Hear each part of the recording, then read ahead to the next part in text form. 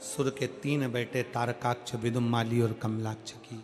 तीनों ने विचार कर लिया कि हमें शिव का दर्शन करना, शंकर का दर्शन करना। मृत्यु मांगी, ब्रह्मा जी ने कह दिया कि मौत तो आएगी, निश्चित है, उसको कोई टाल नहीं सकता, पर इतना जरूर है कि पहले भी कथा में कहा कि एक अटल मृत्यु होती है और 100 बार मृत्यु हमारे करीब में आती है, 100 बार मृत्यु हमारे करीब में आती है, पर तुम्हारे द्वारा चढ़ाया गया 1 लोटा जल वो 100 बार की मृत्यु को टाल देता है। और जो अटल मृत्यु है वो तो हर एक को आना है, एक दिन प्राण जाना ही है, अटल है वो, अटल ही रहेगा।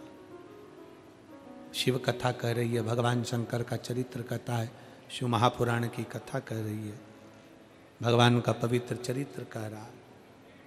तारकासुर के 3 बेटों ने मांग लिया कि अगर ब्रह्मा जी आप कह रहे हो कि हमारे प्राण छूटेंगे, हम मरेंगे, ठीक है, हम मरने को तैयार है, पर हमें वर दे दो, हम मरें तो तीनों एक साथ मरें, प्राण छूटे तो तीनों के एक साथ छूटे।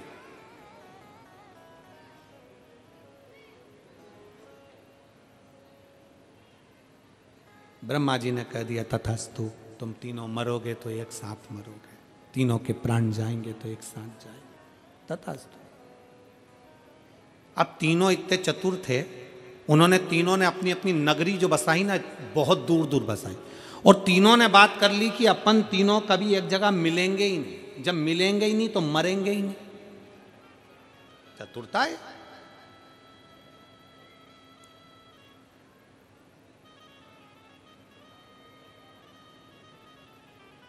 कितनी भी बादाम खा लो, कितना भी तिल्ली का लड्डू खा लो, चाहे कितने भी अच्छे ब्यूटी पार्लर में सज लो, कितने, चाहे 2 घंटे तक पेंसिल से लाइन खींचो और फिर डब्बा भर लो, तुम जो करना है सब कर लो, सब।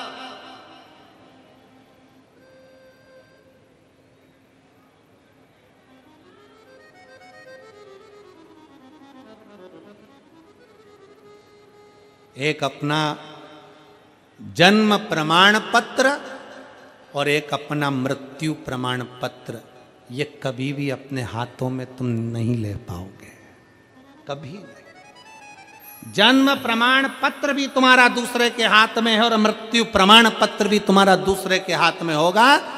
जन्म प्रमाण पत्र से मृत्यु प्रमाण पत्र तक का बीच का जो सफर है, उसमें ऐसे ऐसे प्रमाण पत्र लेने का प्रयास करिए कि वो जिंदगी की सार्थकता सिद्ध कर दे। वो प्रमाण पत्र तुम्हारा, कितना भी सज लो, कितना भी श्रृंगार कर लो, कितना भी बादाम खा लो, कितना भी रसगुल्ला खा लो। होता एक जयपुर की एक बेटी ने हमसे प्रश्न, बहुत पहले की बात, बहुत लगभग 19 साल हो गए होंगे, जयपुर की एक बेटी घंटाघर के पास में रहती, उसने एक प्रश्न किया, गुरुजी मैं कभी बाजार का कोई चीज़ नहीं खाई, गुरुजी मैं कभी बाजार के फैशन में नहीं रही, गुरुजी मैं तो अपनी एजुकेशन की तैयारी में लगी रही, पढ़ती रही, और बाबा ने आज मुझे कॉलेज में प्रोफेसर भी बना दिया गुरुजी, पर एक बात समझ में नहीं आती, मैंने कभी किसी का बुरा नहीं किया, कभी किसी का गलत नहीं किया, कभी मैंने गलत काम नहीं किया गुरुजी, फिर मुझे कैंसर का रोग क्यों हो गया? मुझे कॉलेज में प्रोफेसर भी भगवान ने बना दिया, सारा सुख परमात्मा ने दे दिया। बहुत पहले की बात है, जब जयपुर कथा करने के लिए हम पहुंचे थे, उस समय का क्रम है। गुरुदेव समझ में नहीं आया, मैं कभी बाजार का नहीं खाई, कभी बाजार में मैंने कोई वस्तु ना पाया, कोई खाने का सामान ना खाया, मैं बिल्कुल सिंपल अपने जीवन को जीती थी, एजुकेशन की तैयारी, पढ़ाई की तैयारी करती, खूब पढ़ी, और पढ़कर मैं कॉलेज में, सरकारी कॉलेज में प्रोफेसर भी बन गई, पर गुरुजी भगवान ने मुझे कैंसर जैसा रोग क्यों दे दिया? हमने उस बेटी से, उन दीदी से हमने एक ही बात कही कि दीदी ये आज का नहीं है, आज का नहीं है, ये हमारा पूर्व का। वो एक लाइन आप लोग गुनगुनाते हो ना कि पिछले जन्म के अच्छे कर्म मुझे बाबा तेरा दरबार मिला।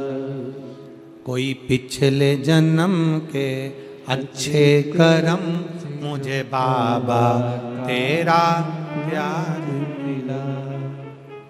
जहाँ सारी दुनिया झुकती है, जहाँ सारी दुनिया झुकती है, मुझे वो आली दरबार मिला, दरबार मिला। कोई पूर्व का कर्म, हमारे पूर्व के कर्म का भोग हमको भोगना ही पड़ता है।